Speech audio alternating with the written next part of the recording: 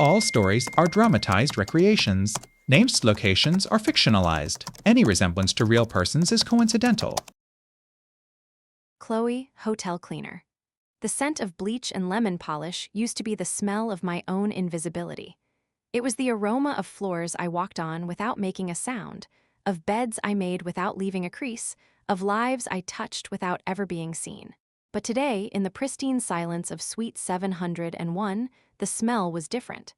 It was the metallic tang of shock, the acid burn of a truth I never asked to find. My hands, usually steady as they smoothed thousand-thread count sheets, trembled as I held the crisp, expensive paper. It was a single sheet, left behind in the drawer of the nightstand, tucked beneath a Gideon's Bible like a secret confession.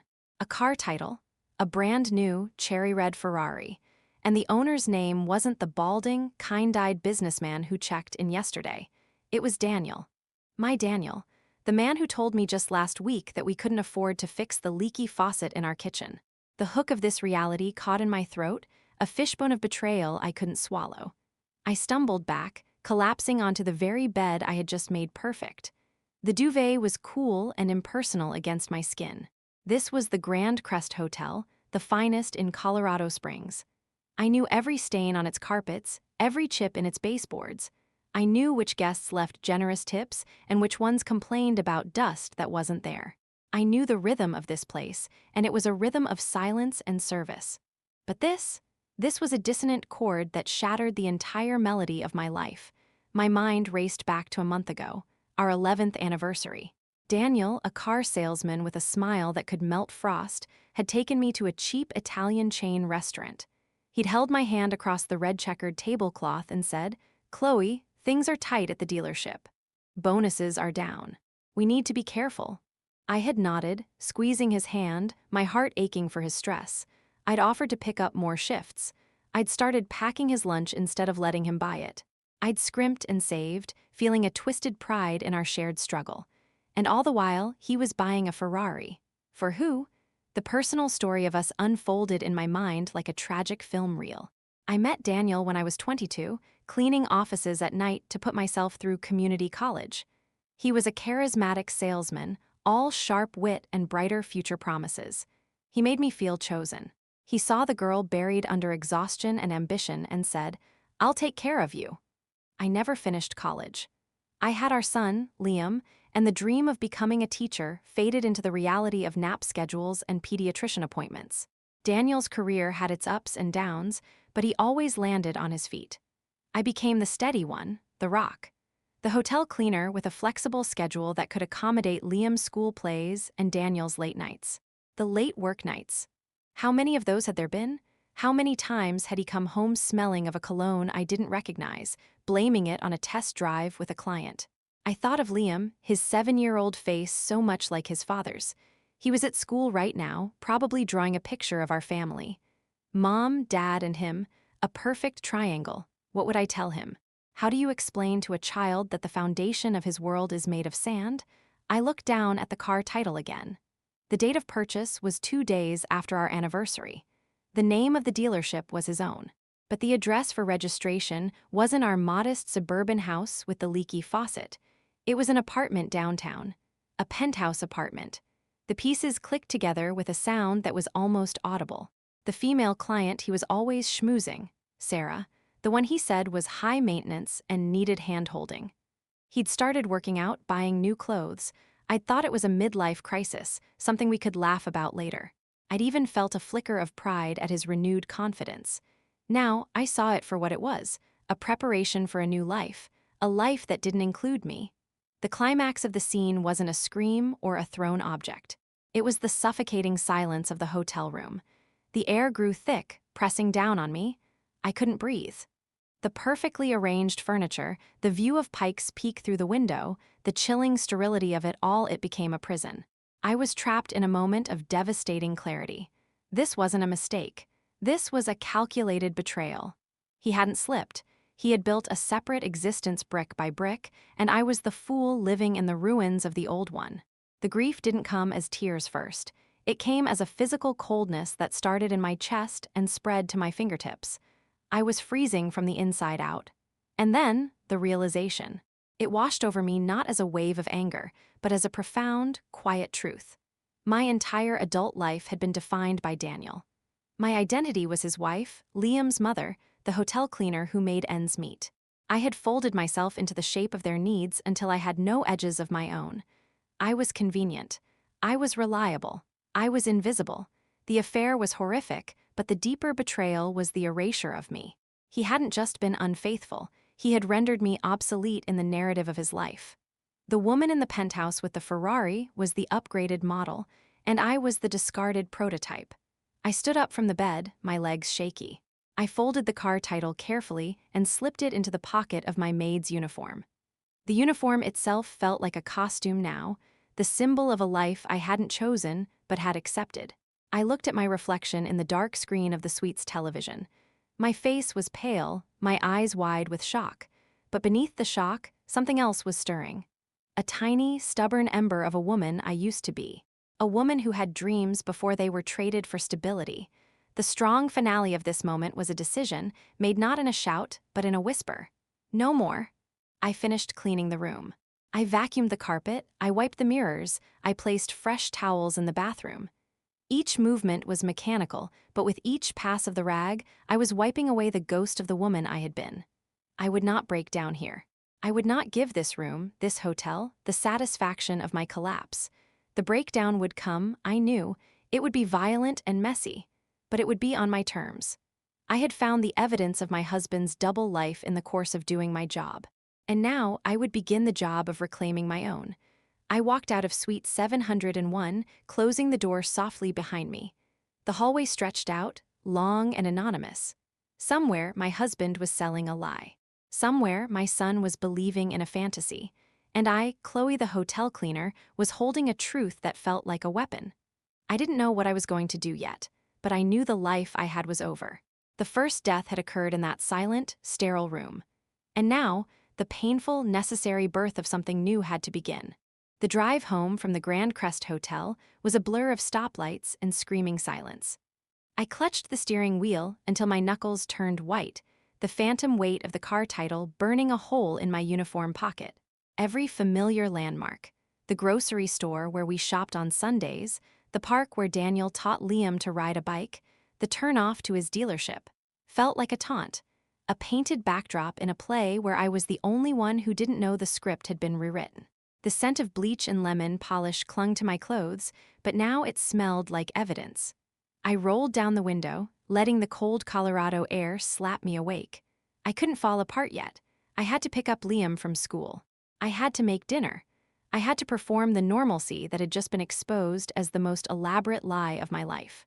The hook of the day was the simple, domestic sight of my son's face when he saw my car in the pickup line. His 7-year-old grin, so innocent, so trusting, was a knife to my heart. "Mommy," he yelled, scrambling into the backseat, dropping his backpack filled with crayons and spelling tests. "Did you have a good day? We learned about volcanoes. They explode. Oh, Liam, if only you knew." I forced a smile into the rearview mirror, my voice a strained parody of cheerfulness. It was eventful, sweetie. Volcanoes sound exciting. How could I tell him that his world was about to erupt? That the foundation of his life was built on fault lines I'd been too blind to see?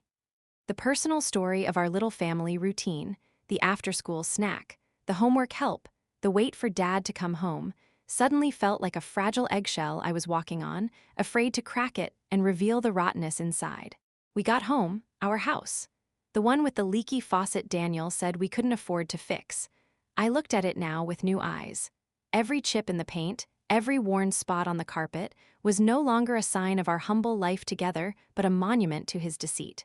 While I was diligently scrubbing other people's toilets to save for a new faucet, he was buying a Ferrari for his mistress. The injustice of it was a physical ache in my chest. I made Liam a peanut butter sandwich, my hands moving on autopilot while my mind raced. What would I say to Daniel? When would I say it? After Liam was in bed? That seemed the responsible thing, the motherly thing. Shield the child. But the pressure was building inside me, a volcano of my own, and I wasn't sure I could contain it until bedtime. Daniel came home at 6:30 p.m., right on time for once. He walked in with his usual salesman swagger, dropping his keys in the bowl by the door. "Hey, team," he called out, his voice too loud, too hearty. He smelled of cheap coffee and that new cologne, something sharp and aquatic that I now recognized as the scent of his secret life. He swooped Liam into a hug, and the boy giggled, wrapping his legs around Daniel's waist. "Did you sell 1,000,000 cars today, Daddy?" Liam asked. Daniel laughed, a sound that used to make me feel safe but now felt like sandpaper on my nerves. "Almost, buddy, almost." His eyes met mine over Liam's shoulder. For a fraction of a second, I saw it, a flicker of something. Guilt, annoyance, or was I just imagining it, painting betrayal onto a canvas of normalcy? "How was your day, Chloe?" he asked, setting Liam down. His tone was casual, but his gaze was careful, assessing. He was looking for cracks. I turned back to the stove where I was stirring a pot of spaghetti, a meal he loved. The ordinary action felt surreal. I was the ghost in my own kitchen, preparing a meal for a man who had already buried me. "It was fine," I said, my voice remarkably steady. "Cleaned the usual rooms. Suite 701 was particularly interesting today." I kept my back to him, but I felt the shift in the room's atmosphere. The air grew thick, charged. Liam, oblivious, chattered about volcanoes. "Oh yeah," Daniel's voice was a notch tighter. "What was in 701? I turned around slowly, the wooden spoon still in my hand. I looked at him, really looked at him. The man I'd shared a bed with for 11 years. The father of my child. A stranger. The climax of our evening of my life was rushing toward us, and there was no stopping it. "A lot of the usual things," I said, my eyes locked on his. "A suitcase, toiletries. A Gideon's Bible." I paused, letting the silence hang between us. Liam had stopped talking, sensing the tension. "And a car title, for a cherry-red Ferrari, registered to a Daniel at a penthouse address on Tejon Street." The silence that followed was absolute. It was more powerful than any scream. Daniel's face drained of color. The charming smile vanished, replaced by a slack-jawed stare. The mask had slipped, and beneath it was just a scared, guilty man. Liam looked from me to his father, his small face confused. "Daddy, what's a Ferrari?" Daniel didn't answer him. He took a step toward me, his hands raised in a placating gesture. "Chloe, I can explain." That was the moment the dam broke. The calm I had clung to shattered. "Explain?" My voice was low, but it vibrated with a fury I didn't know I possessed. "Explain what, Daniel? Explain how we can't fix a faucet but you can buy a sports car. Explain the penthouse. Explain Sarah." I threw the name at him like a weapon, and I saw it hit its mark. He flinched. "Keep your voice down," he hissed, glancing at Liam, whose eyes were wide with alarm. "Why?" I shot back, the volume rising despite myself. "Why should I? What else are you hiding? What other lies have I been living?" The personal story of our marriage unraveled in the kitchen. I listed the evidence, the clues I'd ignored, the late nights, the new gym membership, the sudden passion for fashion. Each word was a thread pulled from the fabric of our life, leaving it in tatters. Liam started to cry, soft, confused sobs. The sound tore at me, but I couldn't stop. The truth was a torrent, and it had to flow. Daniel's guilt quickly curdled into defensiveness. "You don't understand the pressure I'm under," he snapped. "You have no idea what it takes to provide for this family. You just clean rooms all day. You live in a simple world, Chloe. My world is complicated." The realization hit me with the force of a physical blow. It wasn't just about the affair. It was about his contempt for me, for my job, for my simple world. I was the hotel cleaner, the reliable one, the boring one. He saw my steadiness as simplicity, my loyalty as naivety. I had built my life around supporting him, and he saw it as a small, insignificant thing. The pain was so acute it was almost cleansing. It burned away the last vestiges of my denial. "Get out," I said, my voice suddenly quiet, cold as ice. He stared at me, stunned. "What?" "Get out." I pointed to the door. "You don't get to stand in the home I maintain, with the son I raise, and insult me after what you've done. You have your penthouse. Go to it." "Chloe, be reasonable," he started, but the look on my face stopped him. For the first time in years, he was seeing me. Not the convenient wife, not the reliable mother, but me, Chloe, furious, broken, and utterly determined. He looked at Liam, who was crying in his chair, then back at me. A war of emotions played on his face: anger, shame, panic.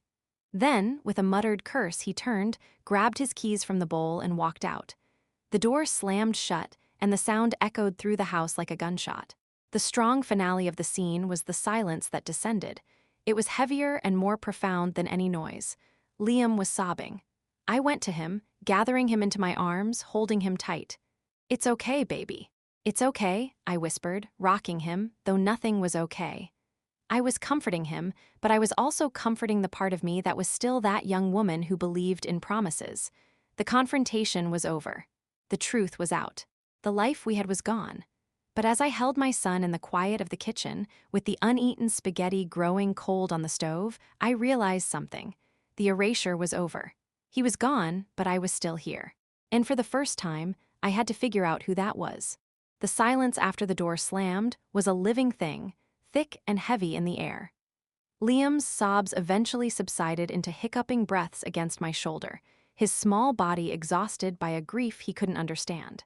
I carried him to his room, tucking him into bed still in his day clothes. His eyes, red-rimmed and confused, clung to mine. "Is Daddy coming back?" he whispered, his voice fragile. The hook of this new, terrible reality was the innocence of that question. It was the question that would define the coming days, and I had no honest answer that wouldn't shatter him completely. "We'll talk about it in the morning, baby," I murmured, brushing the hair from his forehead. It was a coward's answer, but it was all I had. I was operating on a primal instinct to protect my child, even as my own world lay in ruins around me. I spent that first night on the floor beside Liam's bed, my back against the wall, watching the digital numbers of his alarm clock change. 11:47 p.m., 1:23 a.m., 3:01 a.m. Every minute was an eternity. My phone remained dark and silent. No calls from Daniel, no texts of apology or explanation. His absence was a louder statement than any words could have been. The personal story of our marriage played on a loop in my mind, but now it was a horror film. I re-examined every late night, every business trip, every time he'd brushed off my touch. The memory of our last anniversary dinner at the cheap Italian place felt like a grotesque joke. I had ordered the least expensive pasta, trying to be a supportive partner, while he was probably counting the days until he could escape to his penthouse and his Ferrari. The humiliation was a physical heat on my skin. I was the fool, the convenient wife so easily duped. By morning, a cold numbness had settled over me. I got Liam ready for school with a robotic efficiency.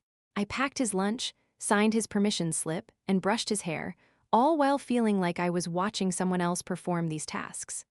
I dropped him off, forcing a smile and a promise that everything would be okay, a lie that tasted like ash in my mouth.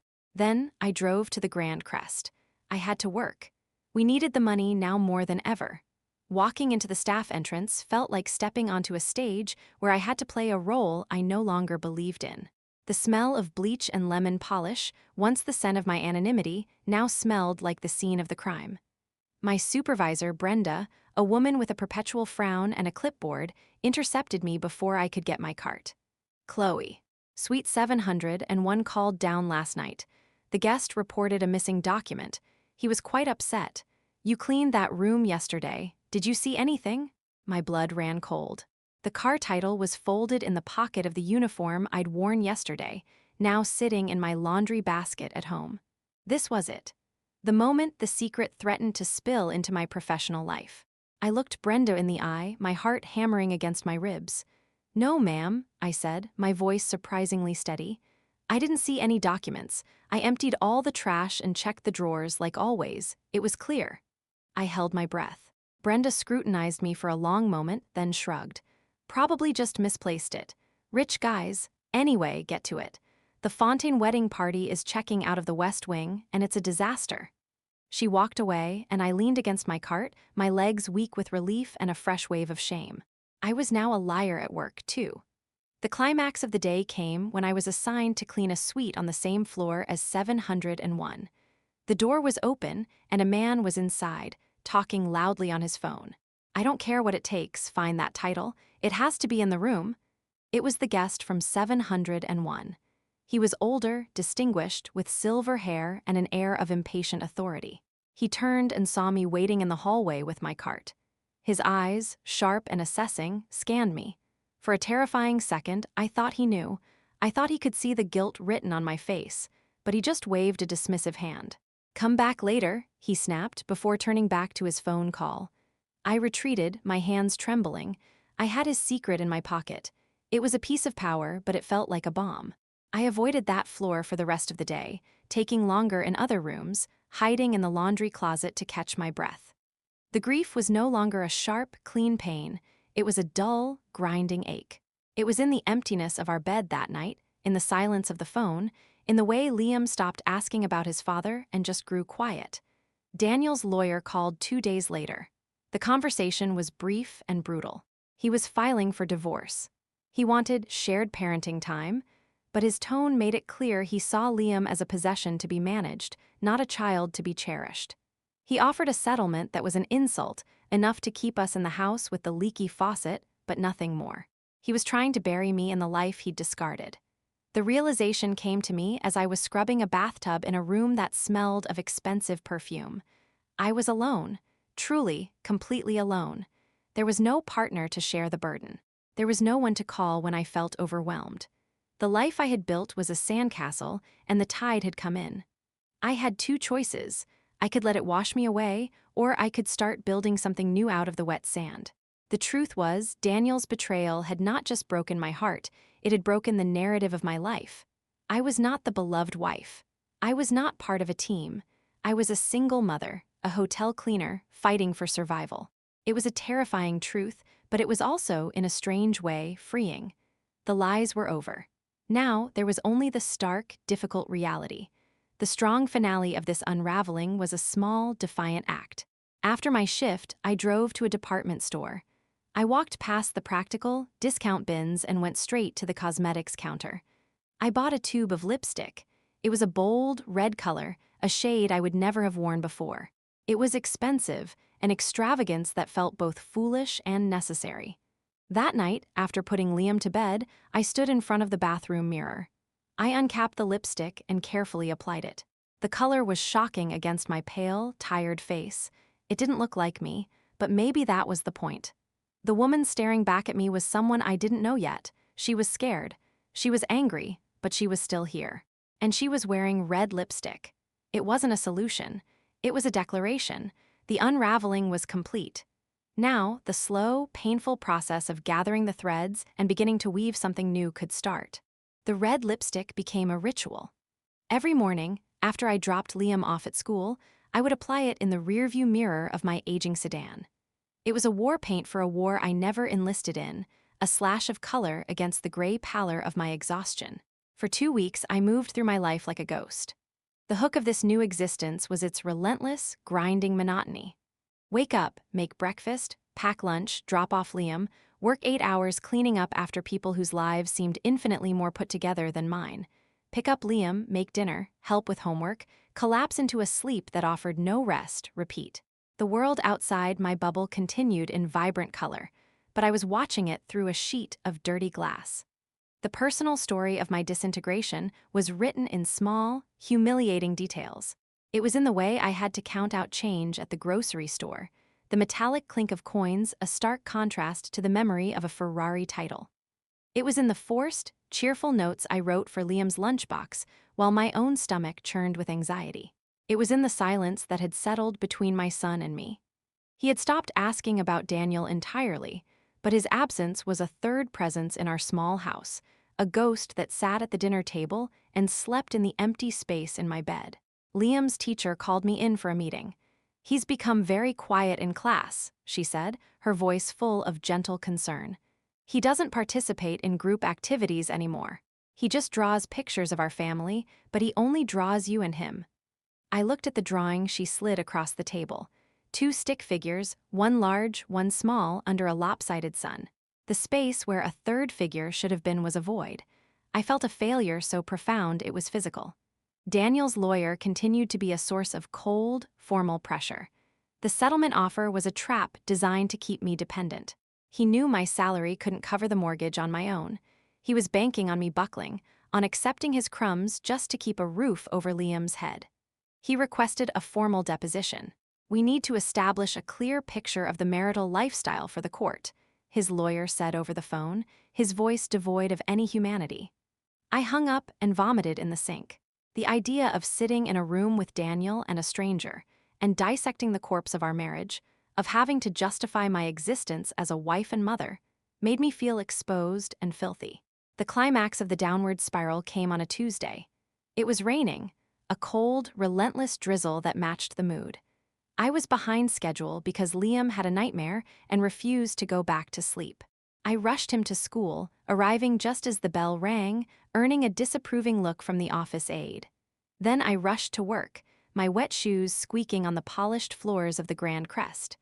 Brenda was waiting for me, her arms crossed. "You're late, Chloe, again?" I started to explain, to mention Liam, but she cut me off. "I don't need excuses, I need reliability. The Fontaine wedding party left Suite 501 in a state, and I need it turned over for a 3 p.m. check-in. Get to it and do it right." The threat in her voice was clear. Suite 501 was, indeed, a disaster. Confetti ground into the carpet, half-empty champagne glasses everywhere, a stain on the silk duvet that I didn't want to identify. The air smelled of stale perfume and cigar smoke. I worked like an automaton, my body aching with a fatigue that went bone deep. As I was stripping the bed, my phone buzzed. It was a text from Daniel. Not about Liam, not an apology. It was a photo. A selfie of him and Sarah, grinning, their heads closed together. They were on a ski lift, surrounded by pristine snow. The caption read, "Needed to clear my head. Hope you're holding down the fort." The cruelty of it was so precise, so calculated. While I was on my hands and knees scrubbing the aftermath of someone else's celebration, he was on a vacation with the woman he'd betrayed me with. He was flaunting his freedom, his happiness, his upgrade. The fort he referred to was my prison. I dropped the soiled sheets, my vision blurring. I stumbled into the suite's lavish bathroom, locking the door behind me. I slid down onto the cold marble tiles, pulling my knees to my chest. The opulence of the room, the gold fixtures, the massive shower, the fluffy towels, mocked my despair. This was the life he wanted. This was the life I cleaned but could never have. The sobs came then, wrenching and ugly, torn from a place so deep inside I didn't know it existed. I cried for the lost years, for the broken promises, for my son's silent grief. I cried for the woman I used to be, who believed in love and forever. I cried until I was empty, until there was nothing left but a hollow, aching shell. I was at the bottom. This was it. The cold, hard floor of my existence. I looked at my reflection in the bathroom's panoramic mirror. The red lipstick was smeared across my face, a grotesque parody of the confidence I'd been trying to fake. My eyes were swollen, my skin blotchy. I looked like what I was, defeated. And then, the realization. It didn't arrive with a flash of light or a moment of inspiration. It was quieter than that, a simple, undeniable truth that rose from the silence after the storm. No one is coming to save you, not Daniel. Not a knight in shining armor. The only person who could pull me off this bathroom floor was me. The only person who could fight for Liam's future was me. The only person who could change this story was me. Daniel's upgrade wasn't a new woman, it was a new life. And if he could build one, then so could I. It wouldn't be made of penthouses and Ferraris. It would have to be built from something sturdier. Something that couldn't be taken away.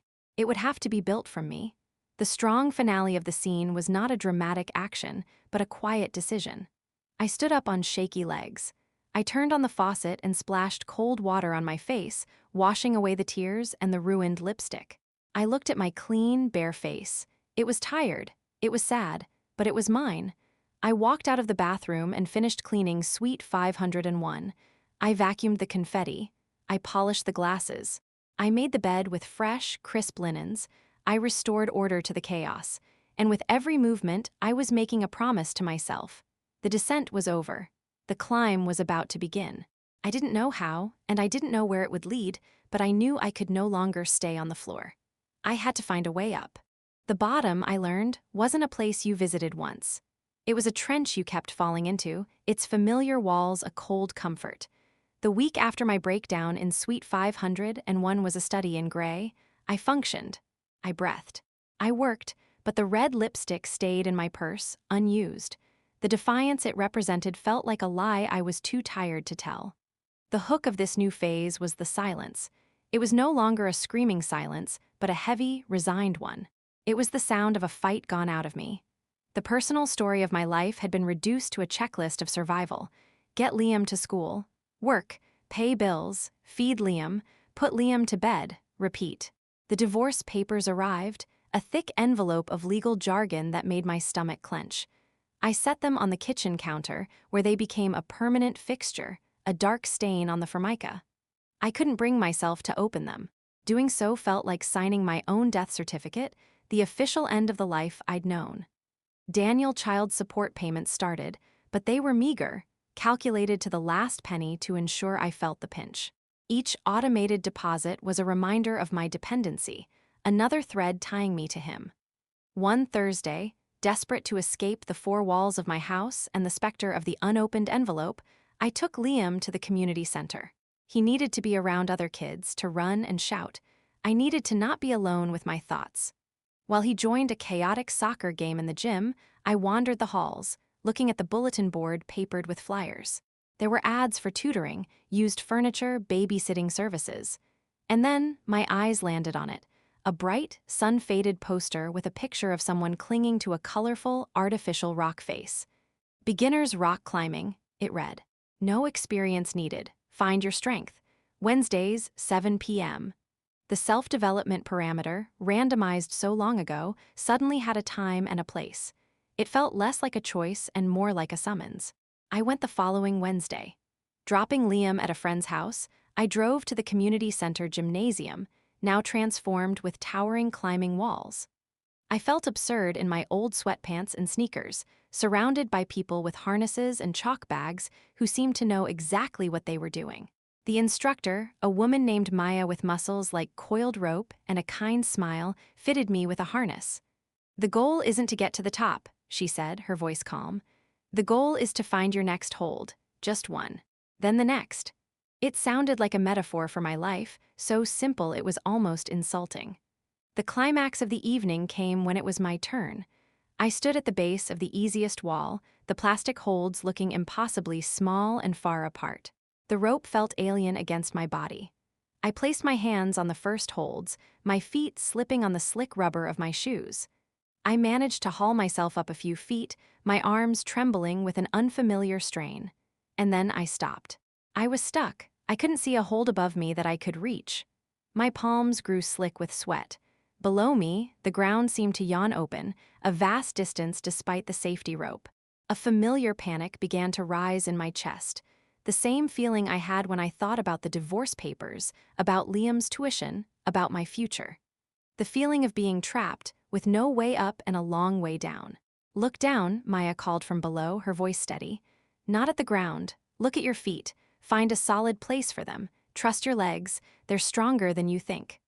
I forced my eyes away from the unreachable goal above and looked at my feet. I found a small, sturdy hold for my right foot. I pressed into it, shifting my weight. Suddenly, a hold for my left hand that had seemed out of reach was now within grasp. I moved up another foot. Then I found another foothold. It was slow, it was clumsy, my muscles screamed in protest, but I was moving. The realization washed over me not as a grand epiphany, but as a physical sensation. This wasn't about strength or skill, it was about trust. Trusting my body to find a way. Trusting the rope to hold me. Trusting myself to not fall. For the first time in months, I was not thinking about Daniel, or the hotel, or the crushing weight of my responsibilities. My entire universe had shrunk to the 3 square feet of wall in front of my face. There was only the next hold, the next breath. I didn't make it to the top. I got about halfway before my arms gave out, and I let go, swinging gently into the air before being lowered to the ground. My body was trembling, but my mind was clear. A strange, quiet exhilaration buzzed in my veins. It was the feeling of having faced a fear and survived. It was the feeling of having done something just for me. The strong finale of the scene was the drive home. The night was clear, the stars sharp pinpricks in the Colorado sky. My body ached in a new, honest way. It wasn't the dull ache of emotional exhaustion, but the satisfying burn of muscles used. I picked up Liam, who was sleepy and content. As I buckled him into his car seat, he looked at me and said, "You look happy, Mommy." The observation was so simple, so innocent, it took my breath away. I wasn't happy, not yet. But I was something else. I was present. I had found a hold, however small. And for now, that was enough. The climb had begun. The Wednesday night climbing sessions became the anchor of my week. The hook was no longer a dramatic emotional shock, but the quiet anticipation that would begin on Tuesday afternoon, a faint hum of purpose beneath the drudgery. The gray monotony of my life began to develop a texture. There was the gritty feel of chalk on my hands, the satisfying burn in my lat muscles every Thursday morning, the small bruises on my shins that I'd examine like badges of honor. It was a physical pain I could understand, a pain that meant progress, unlike the formless, suffocating ache of heartbreak. The personal story of my transformation was written in the language of the body. My world, which had shrunk to the size of my fears, began to expand by centimeters, measured in the distance between climbing holds. At work, while cleaning bathrooms that gleamed with sterile perfection, I'd find my mind drifting not to Daniel, but to a particular overhang on the intermediate wall that had defeated me the previous night. I'd mentally map my route, thinking about foot placement, about shifting my center of gravity. The problem of the wall was clean. It had a solution.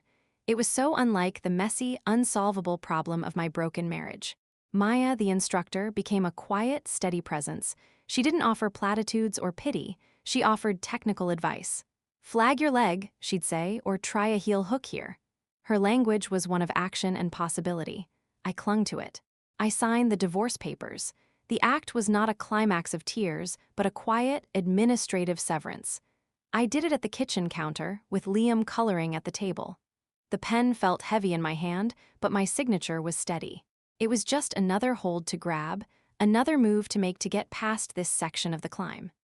The legal battle over finances continued, a low-grade fever in the background of my life, but it felt less potent now. My lawyer, a no-nonsense woman named Susan, fought with a ferocity I admired. He's used to selling a story, she told me over the phone, but we're dealing with facts. We'll get you what's fair. I found myself believing her. For the first time, I felt like I had an ally, someone fighting with me, not against me. The climax of this ascent came about 2 months into my climbing journey. The community center was hosting a small, informal bouldering competition. Bouldering, climbing shorter walls without ropes, over thick safety mats, was about power and technique. Maya encouraged me to enter the beginners category. It's not about winning, she said, echoing her first lesson. It's about trying the problems. It's about seeing what you can do. The night of the comp, the gym was loud with energy. Music played, and climbers of all skill levels cheered each other on. I felt a familiar flutter of anxiety. I was surrounded by people who seemed to belong in a way I still didn't. My turn came for the third beginner's problem. It was a tricky route that required a dynamic move, a small leap from one hold to another. I'd always struggled with dynamic moves. They required a trust in my body that I was still learning. I started the climb, my movements careful and deliberate. I found my holds, my breathing even. I reached the crux, the point just before the leap.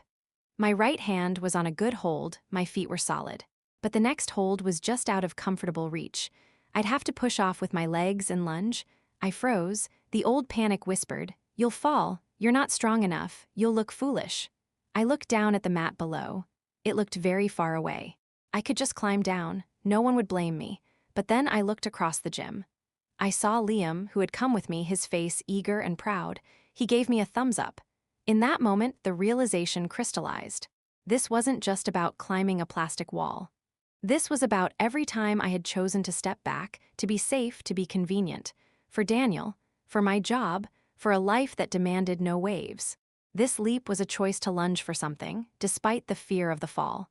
I took a deep breath, bent my knees, and pushed. For a heart-stopping second, I was airborne, suspended between security and the unknown. Then my fingers slapped against the hold and caught. A cheer went up from the small crowd. I scrambled the rest of the way to the top and touched the final hold, my heart hammering against my ribs. When I dropped to the mat, my legs were jelly, but I was grinning. I hadn't won the competition, but I had conquered the problem that had scared me most. The victory was intimate and absolute. The strong finale of the scene was later that night, after we got home. Liam was asleep, exhausted from excitement. I stood in the shower, letting the hot water soothe my aching muscles. I looked at my body in the steamed-up mirror. It was changing. My arms had definition. My back was stronger, but the more important change was invisible. The woman in the mirror had a light in her eyes that hadn't been there before. It was the light of self-trust. The climb wasn't over. There were still vast, difficult sections ahead: the divorce settlement, building a new life, figuring out who I was alone. But I was no longer clinging to the bottom, terrified of the fall. I was on the wall, moving upward, one hold at a time. And for the first time, I believed the top was somewhere I might actually reach. Progress, I discovered, was not a straight line. It was a series of peaks and valleys, and after the high of the climbing competition, I hit a plateau. The hook of this phase was the frustrating sameness. I was stronger, yes. I could tackle harder routes on the climbing wall. I had finally opened a separate bank account and was managing my budget with a grim determination that would have impressed my former self. But the day-to-day reality of my life remained largely unchanged. I was still Chloe, the hotel cleaner, the single mother, the divorcee. The grand transformation I'd secretly hoped for wasn't arriving in a dramatic crescendo. It was a slow, grinding slog. The personal story of this plateau was written in the subtle details of endurance. It was in the way I now looked Daniel in the eye during our brief, awkward exchanges when he picked up Liam for his weekend visits. The pain was still there, a dull throb, but the debilitating shock was gone, replaced by a steady, cold resolve. It was in the way I stopped flinching when I cleaned Suite 701, which was now occupied by a series of anonymous guests.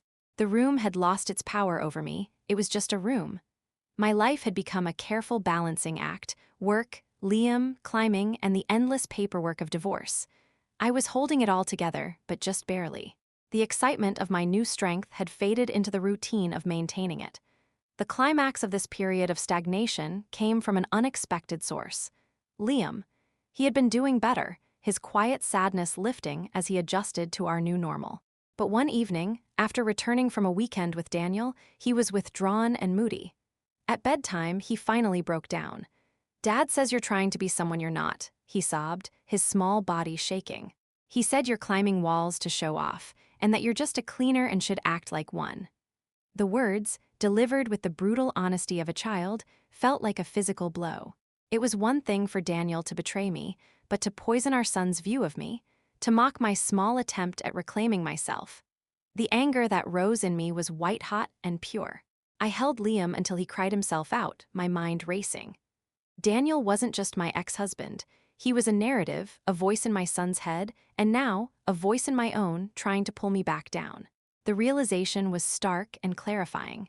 My journey wasn't just about physical strength or financial independence. It was a battle for the story of my life. Would I be the woman Daniel defined, the just a cleaner, or would I define myself? The plateau I was on wasn't a resting place, it was a battlefield. And Daniel's words were a reminder that the war wasn't over. The next day, I did something I hadn't done in years. I called in sick to work. It was a small act of rebellion against the identity of the ever-reliable cleaner. Then, I did something even more radical. I drove to a community college and picked up a course catalog. I sat in the cafeteria, surrounded by students half my age, and flipped through the pages. I wasn't looking for a dream, I was looking for a skill. My eyes landed on the business technology section, a course on digital bookkeeping and accounting software. It was practical. It was in demand. It was a world away from cleaning. I enrolled that afternoon, using a small portion of my carefully saved money. It was a terrifying leap, almost as scary as that dynamic move on the climbing wall. But the fear was different now. It was the fear of the unknown, not the fear of failure. The strong finale of this scene was not a victory, but a recommitment. That evening, I went to the climbing gym. I sought out the most technically difficult route on the beginner's wall, one that required patience and precision over power. I fell twice. Each time, I lowered myself to the mat, shook out my arms, and started again. On the third attempt, I reached the top. It wasn't flashy. There were no cheers, but as I touched the final hold, I knew I had conquered something more important than a route. I had conquered the doubt that Daniel had sown. I was a cleaner, and a climber, and a student, and a mother. I was not one thing, I was many things. The plateau wasn't a sign that I had stopped growing. It was the foundation from which I would launch myself to the next level. The path ahead was still steep, but I was no longer afraid of the climb. The plateau, once a place of frustration, had become a foundation. The hook of this new chapter was a sense of forward momentum so subtle I almost missed it. It was in the quiet confidence of balancing my checkbook without a knot of anxiety in my stomach. It was in the small pride of understanding a complex concept in my bookkeeping class, the numbers clicking into place like a satisfying puzzle. It was in the way Liam now bragged to his friends, "My mom can climb a mountain," even if it was just a 15-foot wall. I wasn't just surviving anymore, I was building. The structure was small and humble, but it was mine. The personal story of this rebuilding was etched into my schedule, which was now a mosaic of different colored responsibilities. Blue for work, green for class, yellow for Liam's activities, red for climbing. The red blocks were becoming more frequent. I'd graduated to the advanced beginner routes at the gym, and Maya had started encouraging me to try outdoor bouldering at a local state park. "The rock is a different teacher," she'd said with a grin. "Less forgiving, but more rewarding." The idea terrified and exhilarated me. It felt like the natural next step in my ascent, moving from the manufactured challenges of the gym to the raw, unpredictable ones of the real world. One Saturday, with Liam at a birthday party, I decided to be brave. I packed a lunch, my climbing shoes, and a chalk bag, and drove to Garden of the Gods. The majestic red rock formations jutted out of the earth like the bones of the world. I felt incredibly small standing beneath them. I found a popular but manageable bouldering area. The rock felt ancient and solid under my fingertips, a stark contrast to the plastic holds I was used to. I spent the morning there, alone with the wind and the sun, solving small problems, falling, and trying again. It was meditative. For a few hours, there was no past, no future, only the present moment of skin on stone. The climax of the day came on the drive home. I was tired, sun-kissed, and deeply content, my mind still replaying the moves I'd mastered. I was on the highway, singing along to the radio, when a loud, jarring thump-thump-thump started coming from the rear of my car. My heart sank. I pulled over onto the narrow gravel shoulder, semis whizzing past so fast they rocked my sedan. I got out and saw the culprit. My rear passenger side tire was completely, tragically flat. A wave of cold panic washed over me. I was stranded. Alone. This was the kind of situation where, in my old life, I would have frantically called Daniel, my voice trembling with helplessness. But the old script was gone. The realization hit me as I stared at the deflated tire. I had to handle this, myself. I took a deep breath, the same way I did at the base of a climbing wall. I called the auto club, but the wait was over an hour. The sun was starting to dip lower in the sky. I had to pick up Liam soon. I looked at the spare tire and the jack in my trunk. I'd never changed a tire before, but I'd also never climbed a rock face before. The principle felt the same: break down the problem into small, manageable moves. I pulled out the manual and started reading. I managed to get the hubcap off and loosen the lug nuts, straining with all my might. But when I tried to position the jack, I couldn't find the right spot on the car's frame. I was kneeling on the gravel, frustrated and getting dirty, when a deep, calm voice spoke behind me. "Need a hand?" I jumped, turning around. A man had pulled over behind me in a sturdy, practical-looking SUV. He wasn't overly tall or imposing, but he had a solid, capable presence. His hands, I noticed, were clean but had the faint stains of someone who worked with them. Yes. Actually, I think I do," I said, my voice laced with a mixture of embarrassment and relief. "Mind if I?" he asked, gesturing to the jack. I nodded and moved aside. He knelt down, and with an effortless efficiency that was mesmerizing, he had the car jacked up and the flat tire off in minutes. He didn't talk down to me or make a show of it. He just worked, his movements precise and confident. "Your jack was on a weak point," he said conversationally. "You want it right here on the frame, much more stable." He pointed to the spot. As he worked on mounting the spare, we talked. His name was Ben. He was a woodworker, on his way back from delivering a custom table. I found myself telling him I was coming from the park, that I'd been bouldering. "No kidding," he said, looking up with a genuine smile. "That's impressive. I hike there all the time, but I've never had the guts to climb." The conversation was easy, flowing naturally. There was no pressure, no pretense. He wasn't trying to impress me, he was just being helpful. And I wasn't trying to be anyone other than a woman with a flat tire who knew how to climb rocks. It was wonderfully, beautifully ordinary. When he finished, he lowered the car and tightened the last lug nut. There you go. The spare's good to get you home, but you'll want to get that tire patched or replaced soon. I was overwhelmed with gratitude. Thank you so much. I don't know what I would have done. Can I pay you for your time? He waved a hand, a dismissive, friendly gesture. Don't be silly. We're all just trying to get down the road. He pulled a slightly crumpled business card from his wallet. It was simple, with his name and number. I'm Ben. If you ever need anything else fixed, or, if you wanted a hiking partner who doesn't get flat tires quite so often.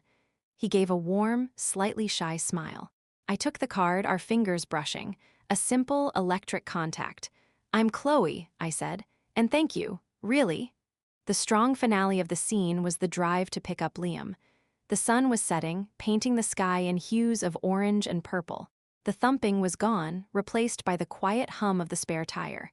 But the real change was inside me. I hadn't just been saved from a roadside emergency.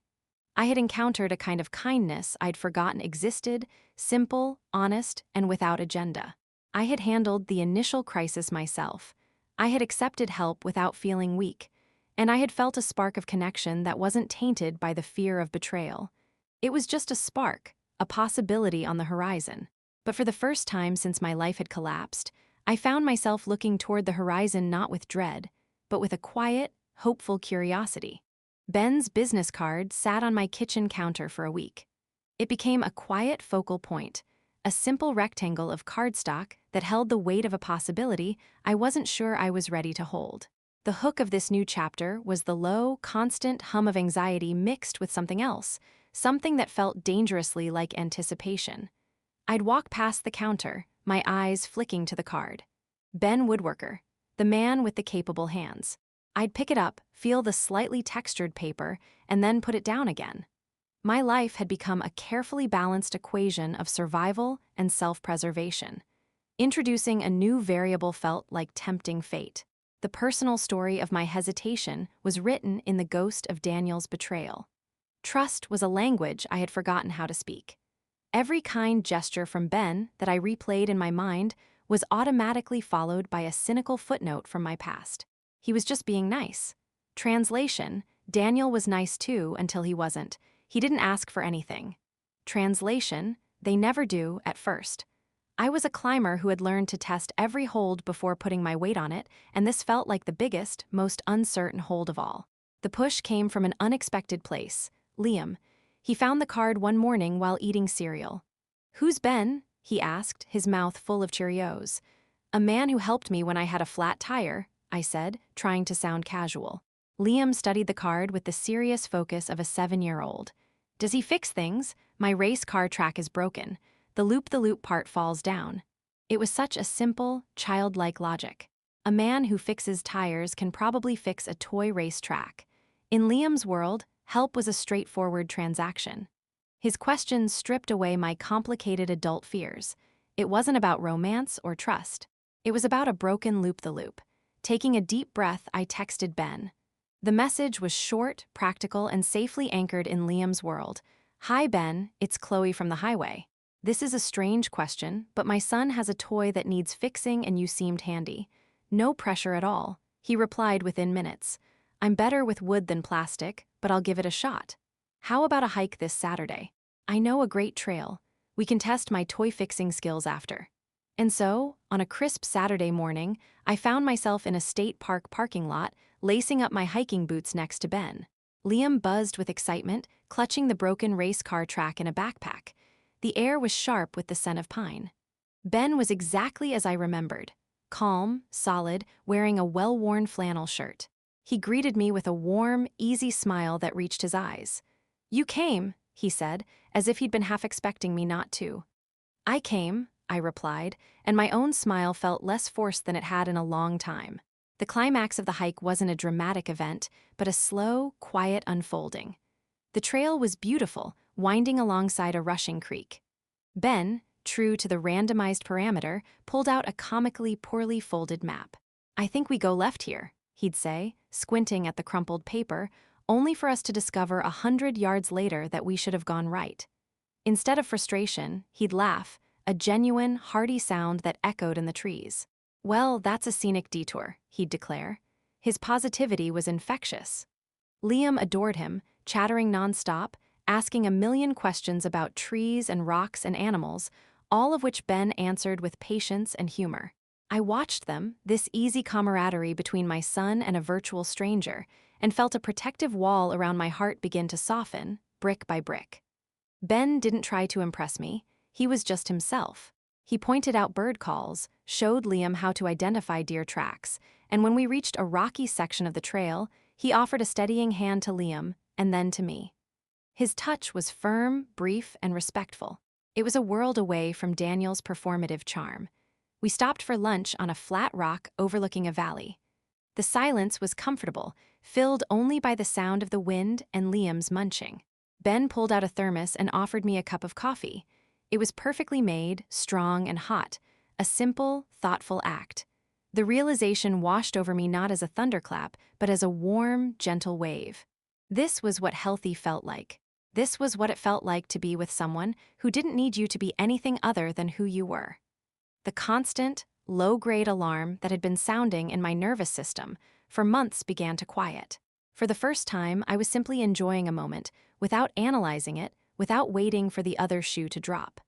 After the hike, we went back to my small, lived-in house.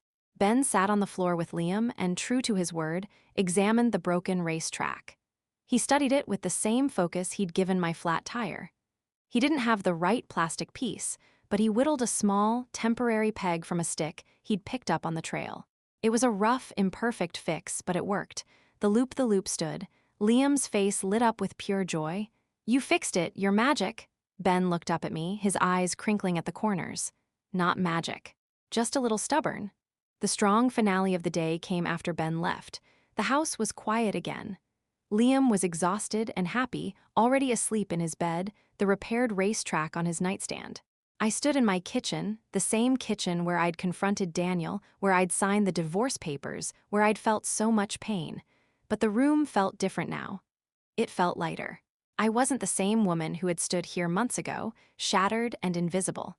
I was a woman who climbed rocks, a woman who was learning bookkeeping, a woman who had spent a day with a kind man and his poorly folded map.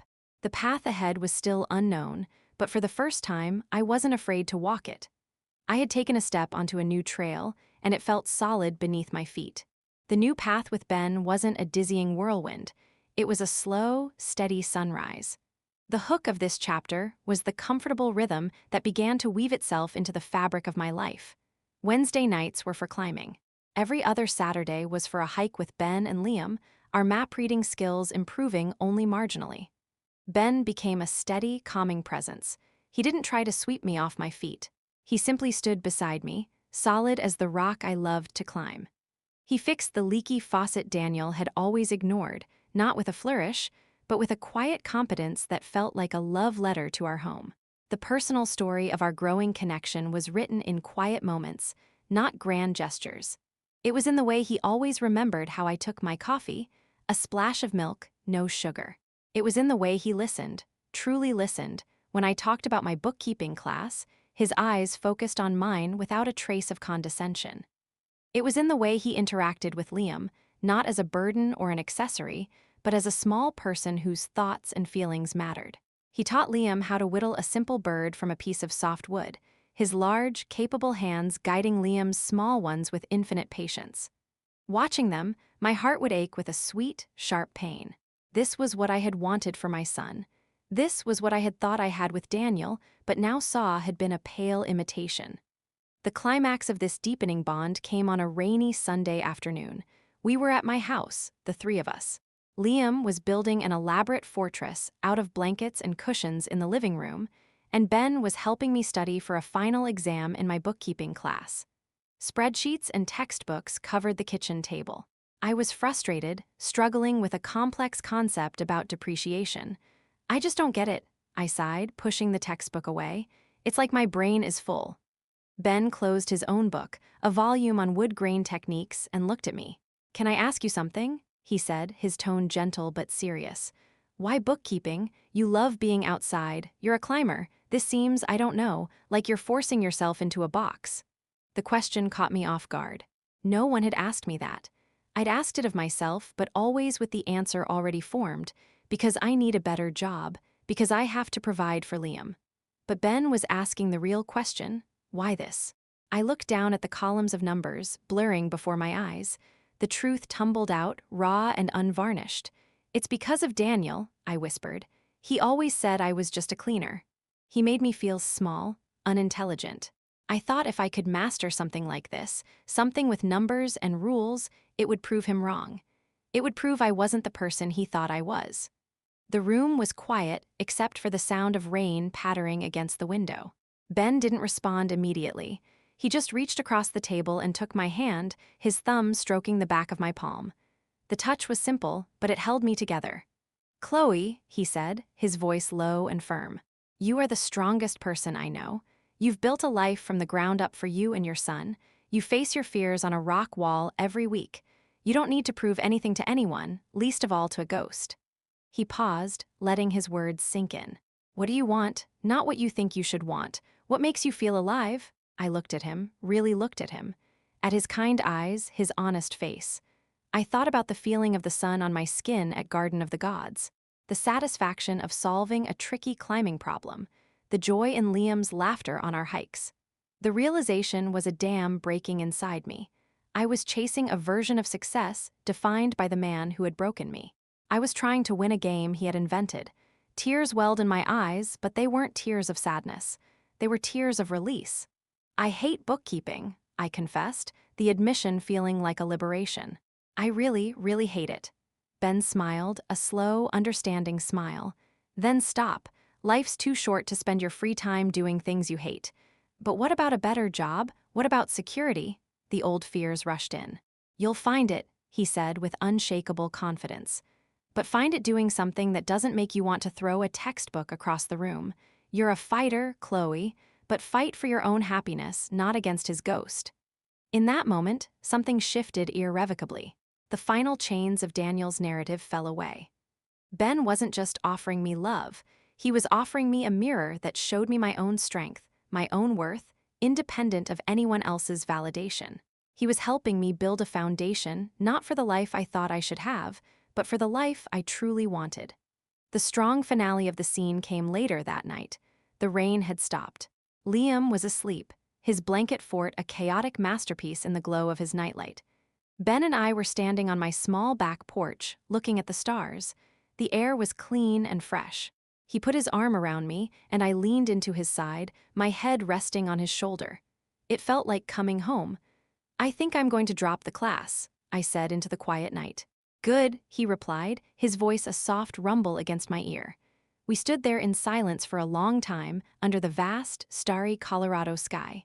The future was still unknown. But for the first time, I knew I wouldn't be walking into it alone, and I knew I would be walking as my true self. The foundation was set. It was solid, it was real, and it was mine. The final ascent is never about a single, dramatic leap. It's about the last few feet, where the air is thinnest and your muscles scream the loudest. But the summit is finally, undeniably within reach.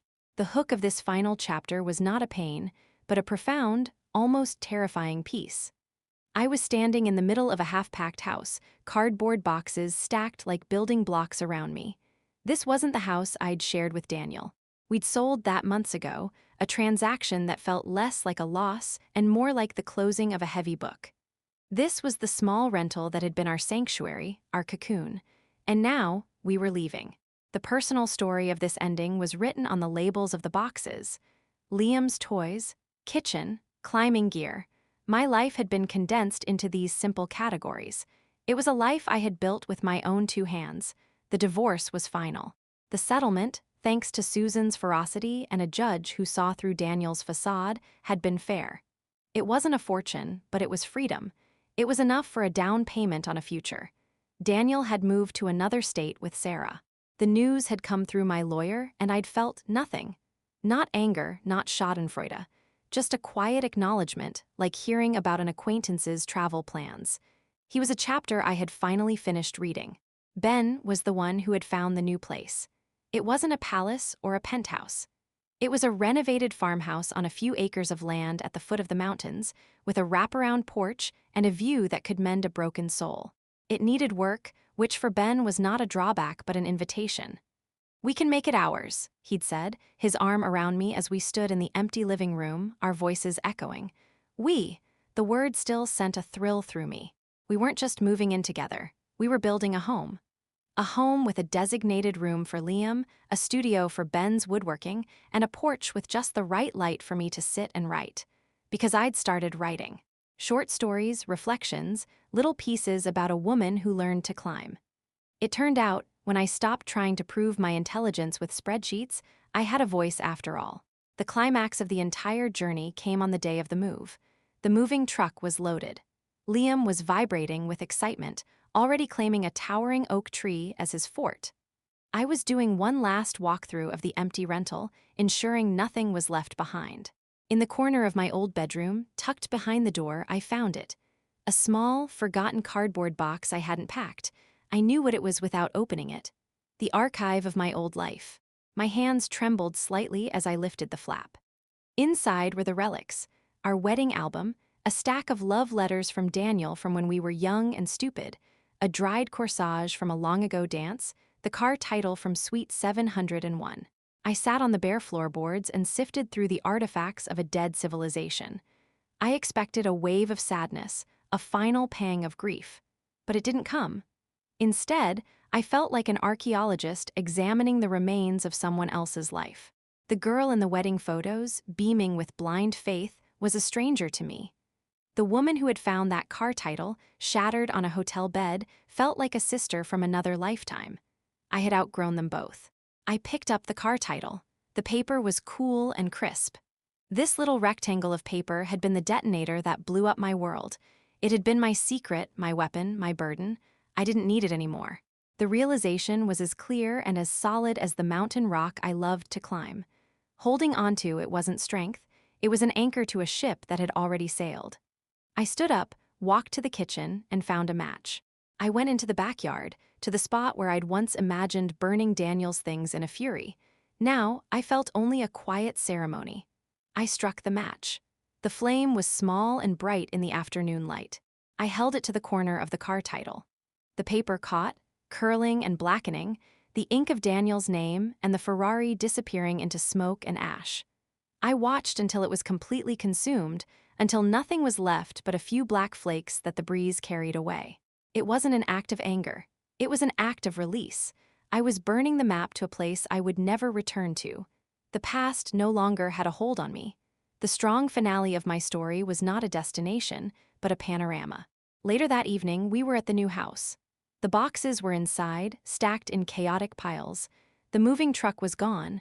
We were exhausted, covered in dust, and utterly happy.